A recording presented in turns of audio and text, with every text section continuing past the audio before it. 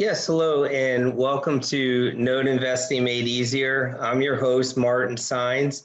And before we introduce our guest, well, first off, shout out to Jay Humphrey. He's on. He's on here, just ready to roll. I want to first start off with a few announcements. Coming up at the end of July and on August 2nd and 3rd, I'm hosting a Node Investing Fundamentals 2-day workshop. Everything you need to know to get set up with a note business for yourself. So if you can make it out to the DC area, please check it out. It does both these workshops, the one on the 26th of July and the one on August 2nd, will definitely fill up. There's 10 slots for each workshop. So hey, Milena, how are you? Good to see you as well. So without further ado, also, oh my goodness. So just released last Friday, Node Investing Fundamentals. I don't even have a copy of the book myself. I'm still waiting for it to come in the mail. So please check out the book on Amazon. I put a lot of hours into that book. Oh my goodness. So without further ado, I have Dan Mitchell from New Start Notes. Dan, welcome to the program. Thank you, Martin. It's good to be here.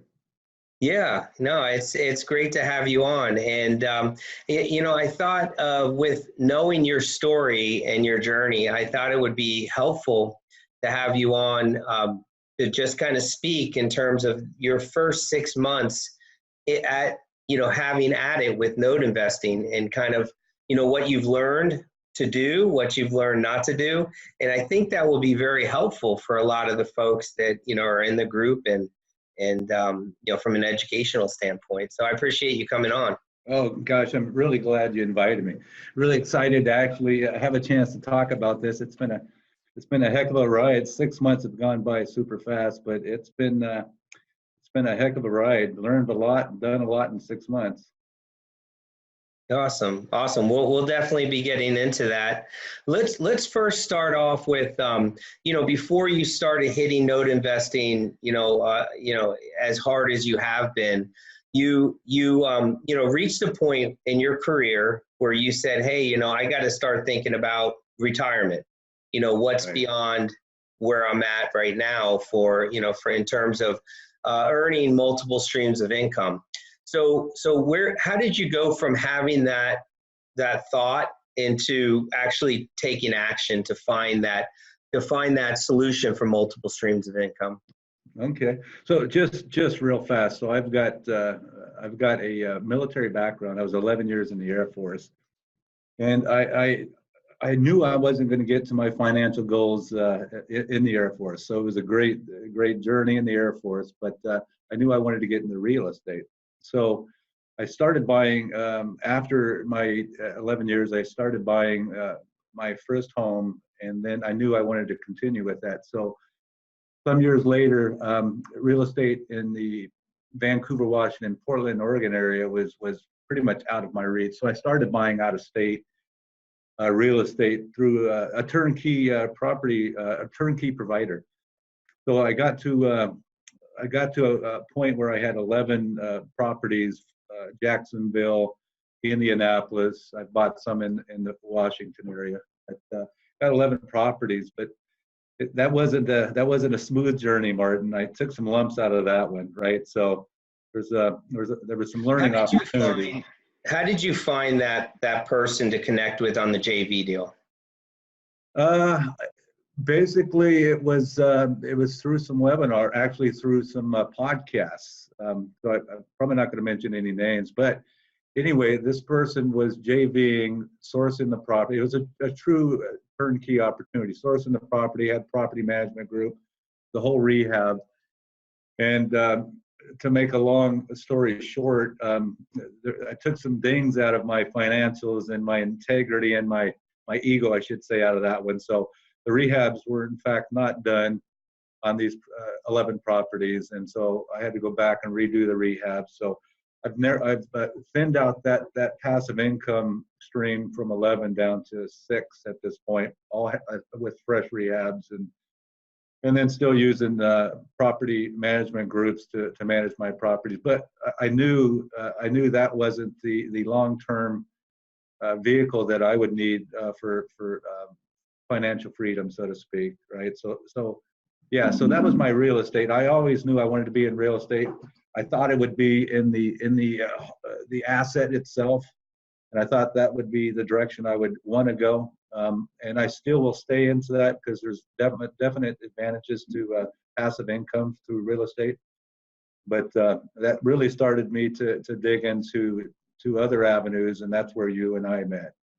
So long end of it is that you connected with someone off of who is a thought leader, right? They have podcasts, they present themselves as experts. You locked in, they didn't do rehabs as they were supposed to do rehabs on the property. The FMVs, the fair market values of the properties were much lower than what you had initially understood. So you found yourself kind of jammed up and having to take control of the situation and kind of make lemonade out of what you have. That's right. Yeah, that's a good recap of it. Yeah, that's exactly right. Okay, so therein you find note investing. So how did you find note investing? It wasn't so I knew through research that I wanted to get into investing from a note standpoint. I did not know the vehicles available. I self-educated, right? So I probably read half dozen or more books. I've bought various courses online for learning and or teaching, and then I actually reached out to several groups and or individuals and asked what their programs were, because I knew I need to hone my skills before I can take the leap. But my personality is such, Martin, where I'm not afraid to take a chance, right? But I'm also, through experience, as we just talked about, I'm going into it a little bit conservative, right? I want to make sure it's a good avenue and it has solid foundations and good footing. Yeah, no, understood. And I know you and I first connected last November, and we kind of started our dialogue. I don't know if you want to kind of go into how you got started with note investing. Yeah, so I read multiple books, two of which were your note investment books. I know you had a third, and I do own your third book, which I'm super excited to be reading, right? Because this one here has some really, really good meat and potatoes. It really gets into the details and to the how-tos. And that's what was lacking in my self-education. Was everything was philosophical, high level. If you do this, this will happen, and it all leads you to the rainbow and riches and so forth. But I wasn't looking for that. I didn't need the hype, so to speak. I was looking for the mechanics of it. So last November, as I concluded one of your books, before this current book, you actually put your reach out information, your contact information. So I reached out to you, and you and I chatted. We actually chatted for some time for our first introduction. But as of which, you and I had a two-day one-on-one coaching session, which was the beginning of my note journey, right? So it really opened my eyes. And Martin, so at that point, I wasn't sure if I wanted to focus on first performing, non-performing, second performing, non-performing. I was really, really wide open and really not knowing where I wanted to go. But after talking to you and meeting with you for 2 days, I really had a clarity of mind where I wanted to go, right? So my direction at that point was to focus exclusively on seconds with an exclusive focus on non-performing, right? So that really started to hone my vision in as to where I wanted to go. So I've been accused of helping to saturate the market with note investors that are looking for seconds. So, but as I think you understand this too. I mean, there's a lot of rocks to be unturned in this business. there's a lot of activity that's well beyond just kind of some of the well-known players that are transacting out there. Right. Yeah, for sure. So you get in. So I'll just kind of give kind of a quick update. So we started the 6-month mentorship program on January 1st of this year, 2019. And how long before you picked up some notes? Yeah, so you're right. So you and I became colleagues, but more importantly, you became my mentor for that 6-month period of time. And for me, it's hang on to your socks because it's going to be a ride, right? So right out of the gate, I think, Martin, it was 11 days after you and I started the mentorship program that I had the opportunity to come across a small pool, and I made a purchase of 13 notes within my first 11 days. Yeah, so that was good because you kind of come out of the gate, and as you understand, we focus on 3 pillars every week, and the first pillar being identity, the second pillar being the mechanics, the actual note investing portion of the business, and the third pillar is community, building a community around yourself that you can kind of grow up with. And so if you're doing everything right from the identity and community standpoint, then the second pillar being the mechanics will work itself out. You'll have notes to run through your system as you're building your systems. So that was kind of great because we were kind of able to dual track the program. You had notes to work out along with growing your business model. Right. Yeah. To be honest with you, Martin, so you did a wonderful job of helping me to establish my identity as far as who New Start Notes is, who Dan Mitchell is. And then consequently, I've spent a lot of time, especially up front, but even probably more so at the latter part of my 6 months with you, going to conferences, reaching out to people in the industry. I met some wonderful, wonderful people in the note space.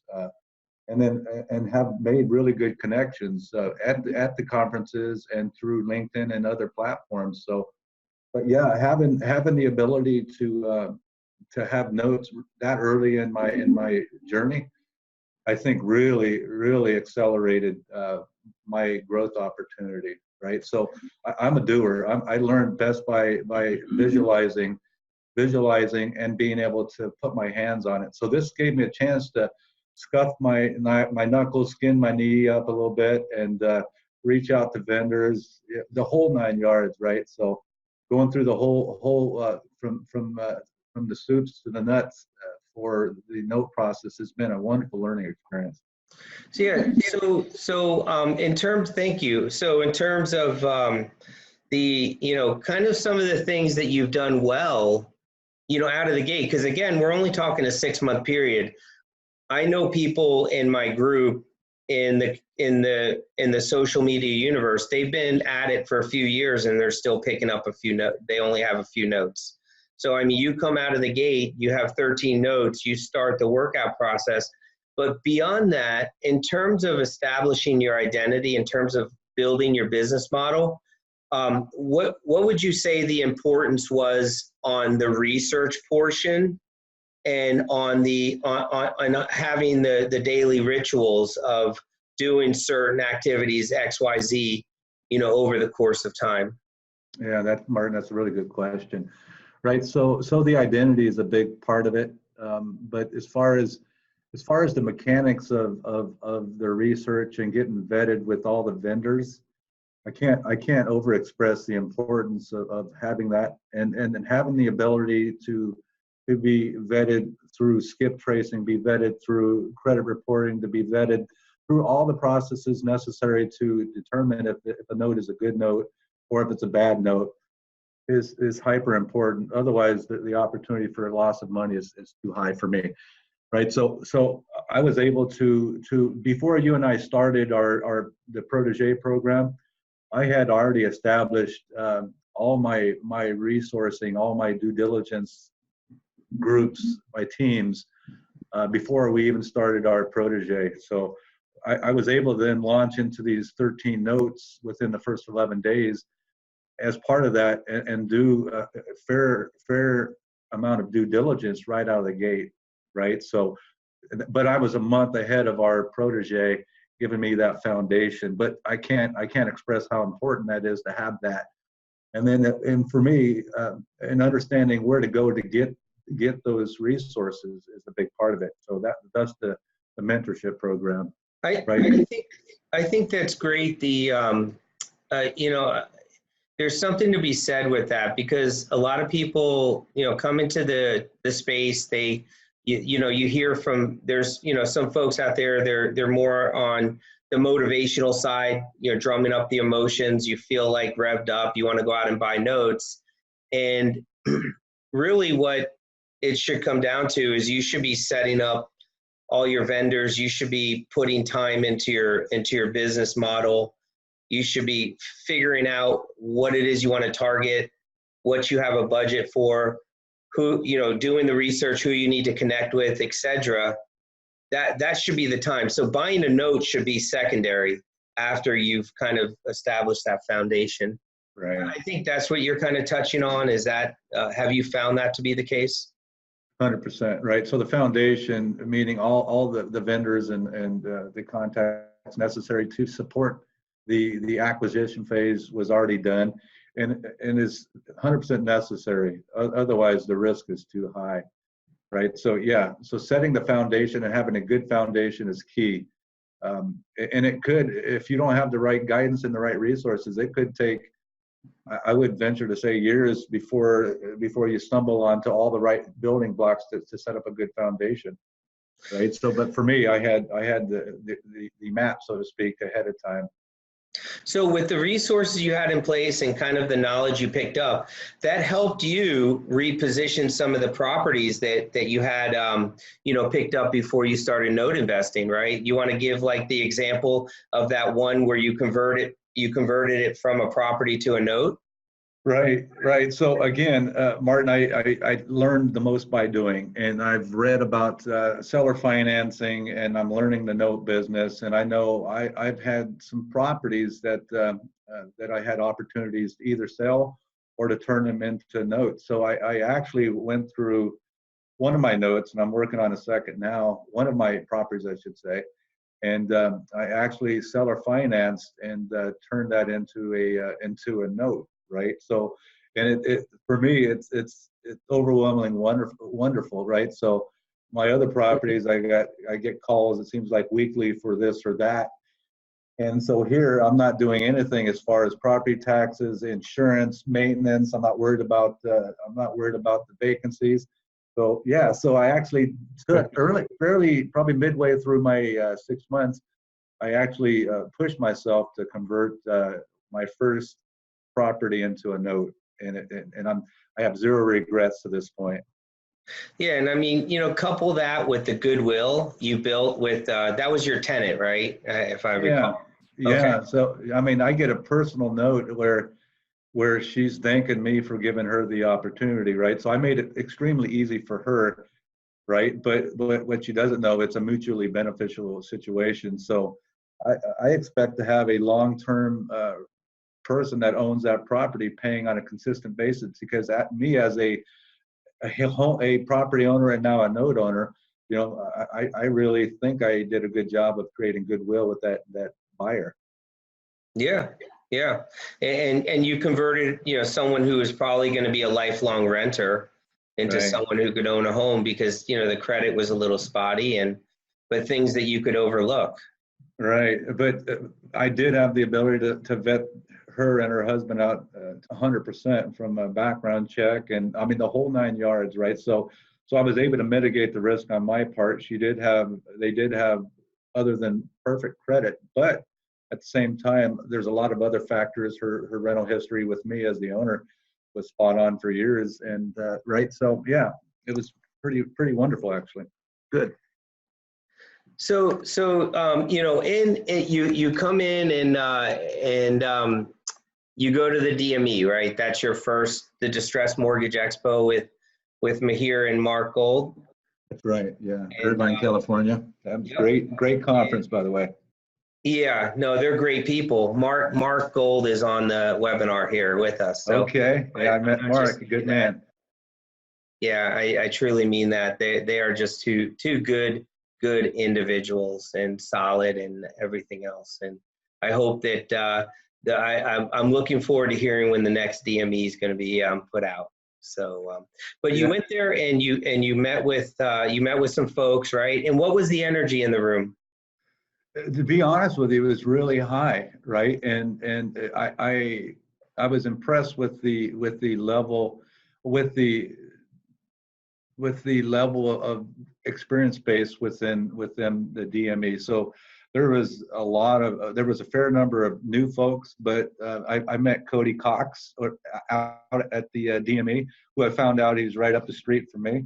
So Cody and I have been He's on here with us too. Is he? Yeah. Yeah. So Cody's a good man, right? So and he's one of those guys that I look to doing a deal down the road with, because he's got a lot of good experience, right? But on top of that, he's just a good individual. So the level of positivity was super high. I love the experience base of Mark Gold and Cody Cox, and I met Dan Sikowski there. So just a wonderful experience base. But what I loved too was there was a bunch of new folks that I felt that I can help guide even 4 months into my journey.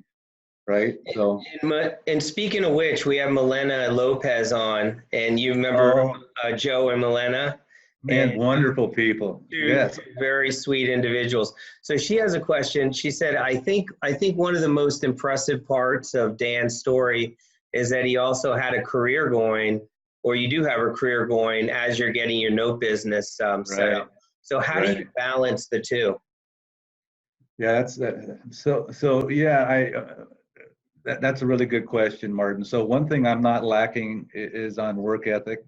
But I'm an LTO kind of guy. I'm a limited time offer, so I'm willing to do anything for a period of time. And so I've got a wonderful support structure in my wife. I've actually brought my wife into the business, so she is now trained to record through Simplifile all my mortgages, and she helps with due diligence. So I've got a wonderful support structure in my wife, but I'm going to get to a point where I'm going to have to start outsourcing some of this, and I'm working on some of that now. And you've already started looking into strategic partners. That's right. I know through our conversations, which is great. They can help you with certain functions, back office functions. That they're competent individuals that you're connecting with on that. And I think that that kind of touches back on those three pillars again. Where you're focused on your identity, but as you're growing your note portfolio, which you have a healthy one at this time, you've also spent that time and energy building your community. So now you have resources, you have individuals that you can give work to, essentially. And they're more than happy to take on the work, because it gives them activity that they're needing on their side. Right. And then it works out to be opportunities for growth for the folks that are willing to help support my business, right? So I'm all about, I know my limitations. So Martin, I'm working a full-time job like others, Cody Cox and others, right? But I'm also smart enough to know what my limitations are. Job, so I don't know if that still qualifies. Well, that was below the belt. That's below the belt. But I know my limitations, Martin, and I'm willing to work 2 full-time jobs, but not forever. So I'm at a point in 6 months into it. I'm into my 24th note, and I've got 4 of them reperforming. I'm starting to reach out working with attorneys on demand letters and so forth. So I'm into that phase of the progression through these notes. And to be honest with you, so I have to, if I'm going to continue the business, and I will make this business successful, 100%. I need to think about where my time needs to be spent, which is in sourcing and establishing key connections in the community, and spend less of my time on logistics and those kind of activities. That's dead on. That's dead on. And we also have with our mentorship group, we double as a buyers group. So, just about it. I think pretty much every month we've had a pool, right, that we've been digesting and running due diligence on, and et cetera, et cetera. Right. So that also ties into the need for sourcing, because everyone at the table is expected to source. That's right. No, you don't have a business if you're not sourcing notes. Right. Maybe there's something I don't know, but that's all I know is my mind's always on sourcing. And it'll dry up, right? So, and Martin, that's kind of the DME, and I've also went to the IMN recently in Dana Point, which was a absolutely wonderful conference. Actually, you and I and several others in the buyers groups went there.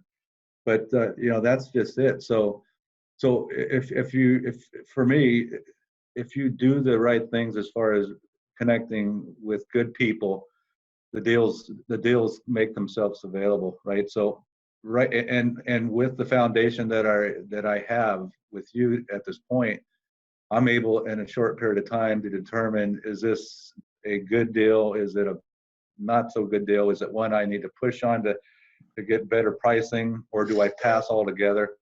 Right. So I get tapes, small tapes, and other sizes on a regular basis through my desk, and then you and I with the buyers group, the deal flow hasn't seemed to be a problem, right? Pricing, on the other hand, turns out to be a question on occasion, but there's still opportunities. But it's a matter of pounding the pavement and making the connections. Yeah, and having your structure in place, like you said, to be able to vet notes. So, we've had in our buyers group, pools of several hundred notes. We've had, and you've individually looked at, onesie twosie notes. I think what's interesting with you is that you're the first protege that actually went out and bought some notes and didn't even tell me about it till after you bought the notes. And I'm like, oh my gosh, actually, everyone's running everything by me. Yeah, so I was so afraid I offended you, right? But it's kind of like this, right? So I did a lot of self-study, and before our mentorship program, I got what I felt was a really good foundation, felt comfortable, had the opportunities come across my desk, and practicing, have all the due diligence, and yeah, so I actually purchased the New York note, which I know people will say no, but the LTV, CLTV on that thing was just too optimistic, and same with the Pennsylvania note. So I bought a couple of them, and then I went to you, and it's like, Martin, sorry. I almost felt bad. But it's yeah. So and then now, I mean, you were looking at a statute of limitation question that yeah, I'm working through attorneys on especially some of the 13 right out of the gate. So there was some questions out of Ohio, New Jersey, on statute of limitations, right? So, but I just found out yesterday through an attorney, a contact that I'm working through, that I'm okay on all of my notes, actually. So you just crediting payments, essentially?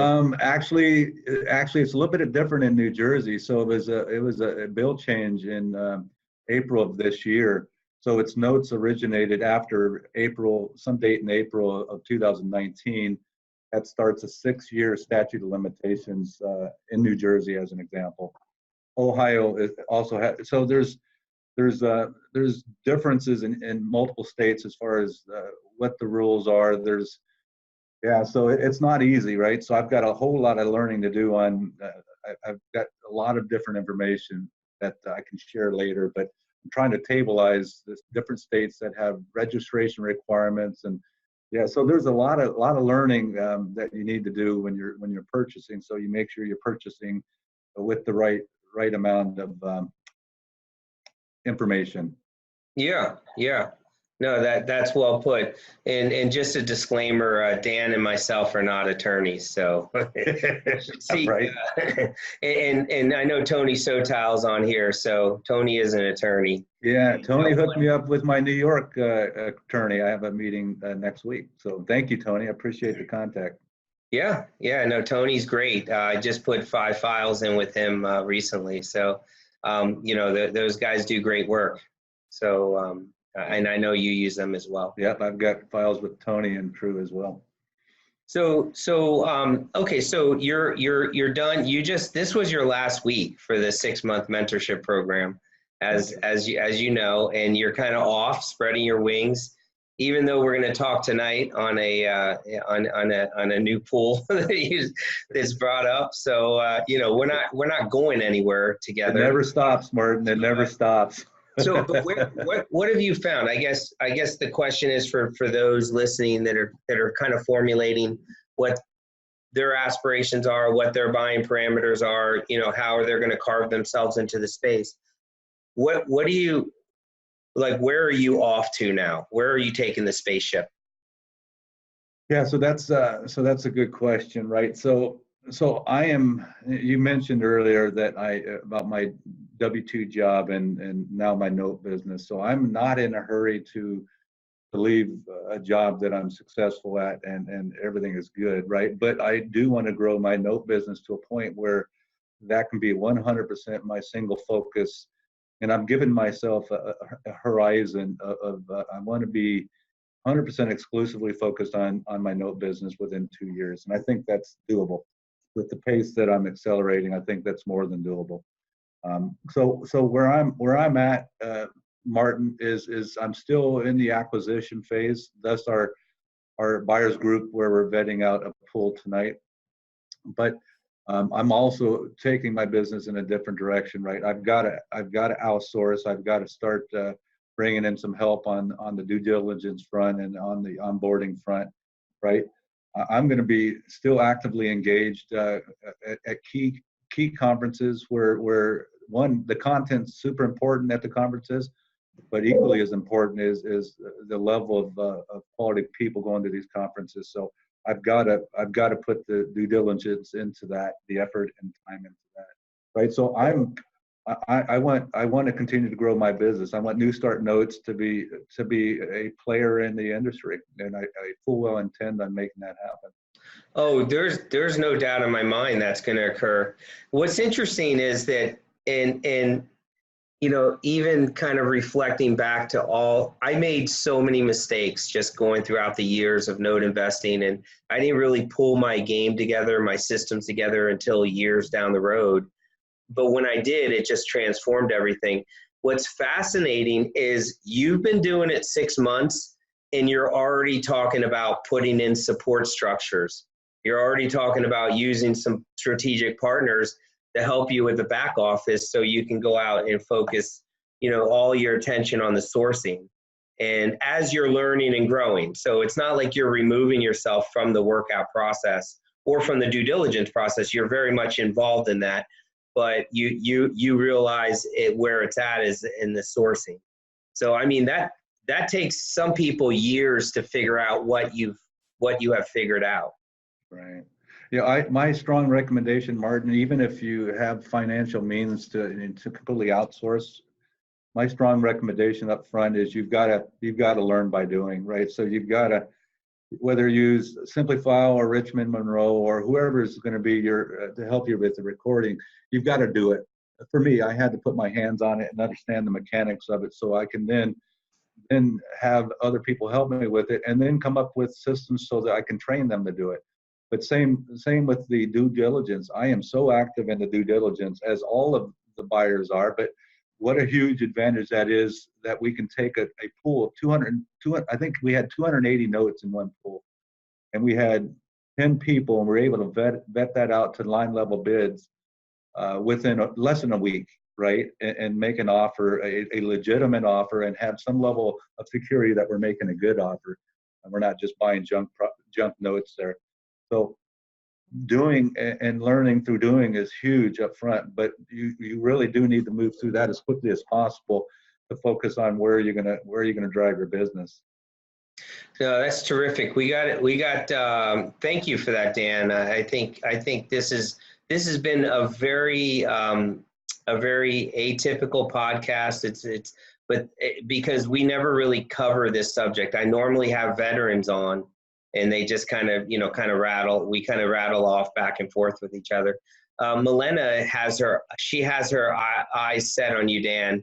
She's I can see it. She's going to be tapping you. He says, Yeah. from the first 13 you bought, how many are performing, and what exactly are you doing with the others? Right. So is that Milena that's asking a question? Yeah, Milena. She has a follow-up question. Okay.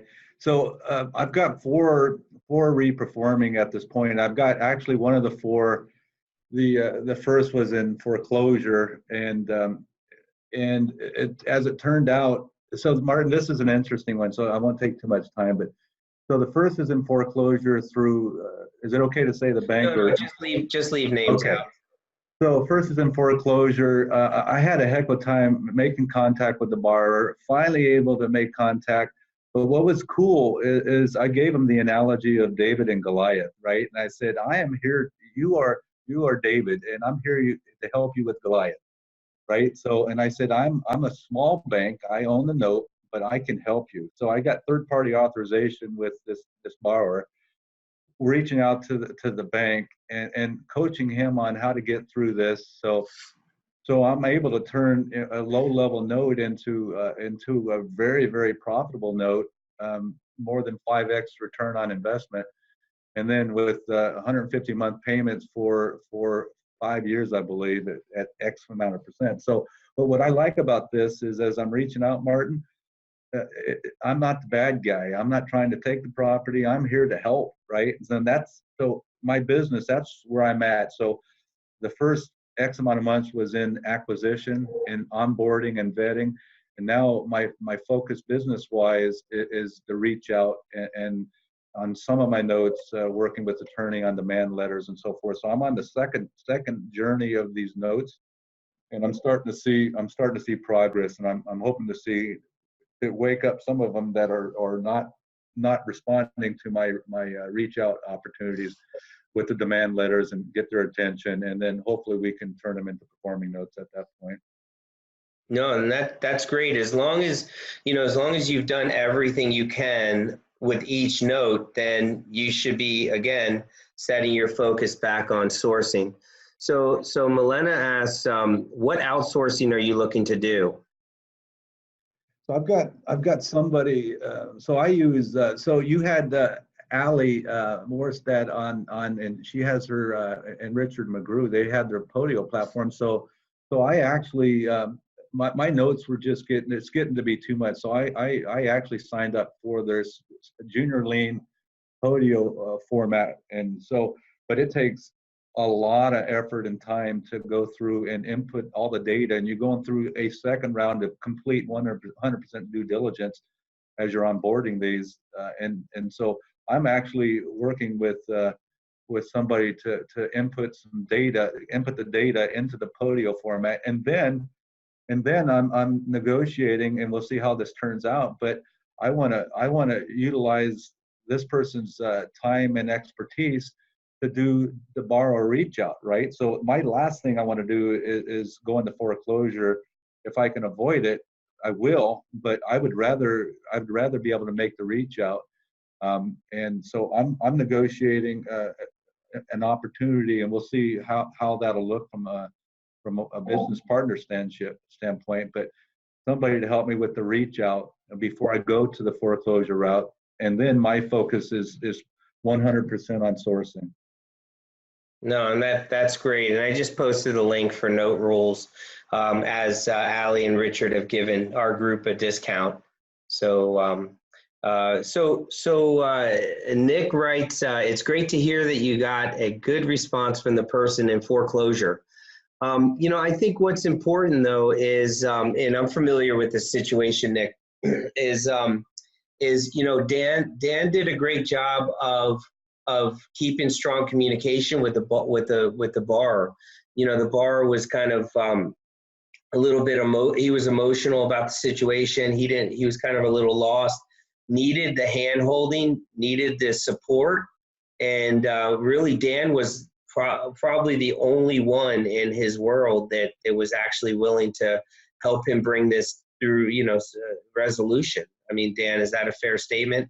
So you Yeah. really So the way it played out, right? So this guy, similar to Cody Cox, he's a public servant. He's a teacher, and he's a good man, right? And he just got in a bad situation, and he couldn't figure out how to get out, and he didn't know what he wanted to do. He couldn't pay off the first, and then have enough to pay off the second. So his thoughts were to do nothing and just let everything go into foreclosure.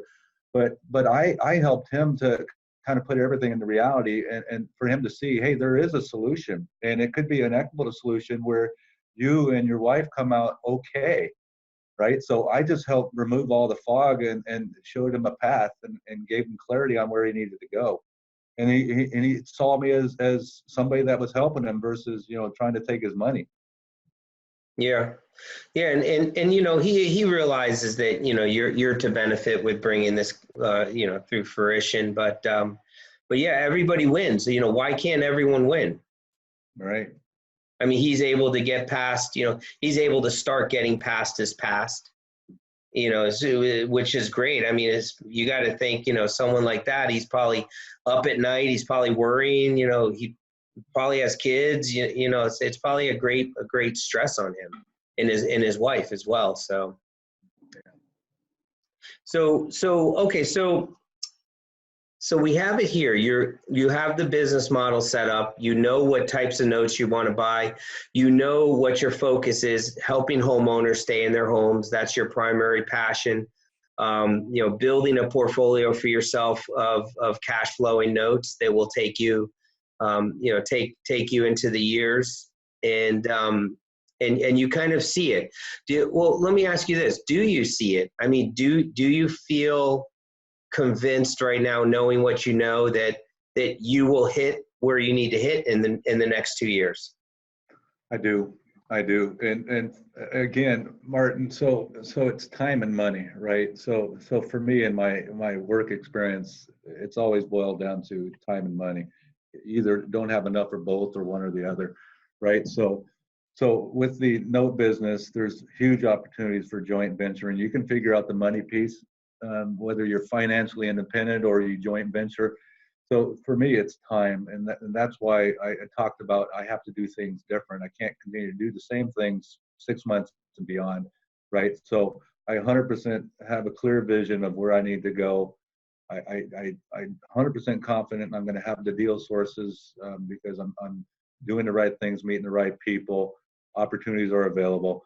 So my mission, my focus is outsourcing where I can and keeping my energy focused on what's going to drive my business. Thank you, Dan. Milena has a question here. She's interviewing you today to see if you're worthy. Milena and Joe, they run 1,000,000 miles an hour, so she's got to make sure that you're going to keep up with her. Yeah, they're super shy. Yeah, that was my impression. Oh goodness, that couldn't be further from the truth. Isn't that the truth? Do you have wonderful people in any performing since you are getting limited in time? Yeah, that's a great question. Right. So right now, for me, Martin, I don't want to get lost in the shiny object syndrome. Right. So that's why I stayed away from the first up front. I stayed exclusively in the second non-performings. But I got to be honest with you, a good deal is a good deal. Right. So if I find the first performing, that just makes sense. So where I'm at right now is I've got the foundation. I'm still learning. There's still a ton for me to learn. But if something comes across my desk that I get first non-performings across my desk, first performings across my desk, I'm vetting these out. So it doesn't hurt to look. But I'm also, some of my contacts recently, these folks are looking at just first. So I'm actually sharing opportunities with people on the first side, because I've exclusively focused on the second. So I'm still singularly focused to a degree, but I'm starting to open up to a degree as well, looking at other opportunities. So if it makes sense, if financially makes sense, I'll look at it. No, terrific. So as you gained competency in the one area you were focusing on, which is the junior lean space, now that you feel comfortable with that, then you feel like you can spread your wings into other areas of the industry. Right. And I think it'd be short-sighted so I still think the right thing to do is to singularly focus. So as we talked about, set up the foundation, get your vendors all set up, the whole 9 yards. But now I feel as though I have a good foundation. I'm starting to see good deal flow. And I think the next step for me is to broaden my view and look at other opportunities. So yeah. And Allie writes, Dan is awesome and already doing great things. Oh, thank you. And just to reiterate, up above in the comments section, I have the link for Allie's Podio setup, and along with the discount code for our group. So check it out. I'm a paying customer, so you're a paying customer. So I think it's worthwhile what she's put together. But she's also, Allie and her husband Alex, they're both wonderful people. But the people you meet in this business, even in the 6 months, it's a community, right? People are there to help each other to be successful, but you have to add value, right? So my objective with Allie is, and she's helped me more times than I can probably remember, and even given hours of time getting the Podio format set up, right? And going into my Podio to make mods and adjustments. But it's a community where you reach out and you help each other, right? There's things I learn every day, and I'll shoot it to Allie or others, right? And so it's the relationship. No, terrific. And the same goes with the sellers too. What have you found from transacting with the sellers? Are they coming back to you the second, the third time? Yeah. So the deal with the sellers, right? So where you make your contacts is you buy from a seller, even if you buy a one-off or one or two, right? But pretty soon you learn the source of where from the chain of assignments and mortgages. But yeah, so you buy one and they find out, hey, this guy is for real. He makes his payment, his wire transfer on time. He's the real deal. But then I go further. I reach out. I bought a note from an individual, found out he also had a book. So first thing I did is I read his book. I want to know who this guy was. I read his book, but then I reached out to him and he and I chatted.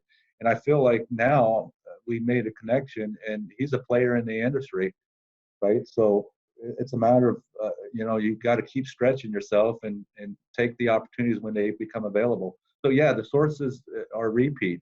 I get tapes of notes from this one seller, fairly often.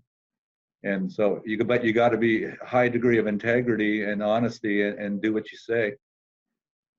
Yeah, that's really important, and no, that's wonderful. I think I always end with asking what some of your daily rituals are that make you successful. What would you say they are for yourself?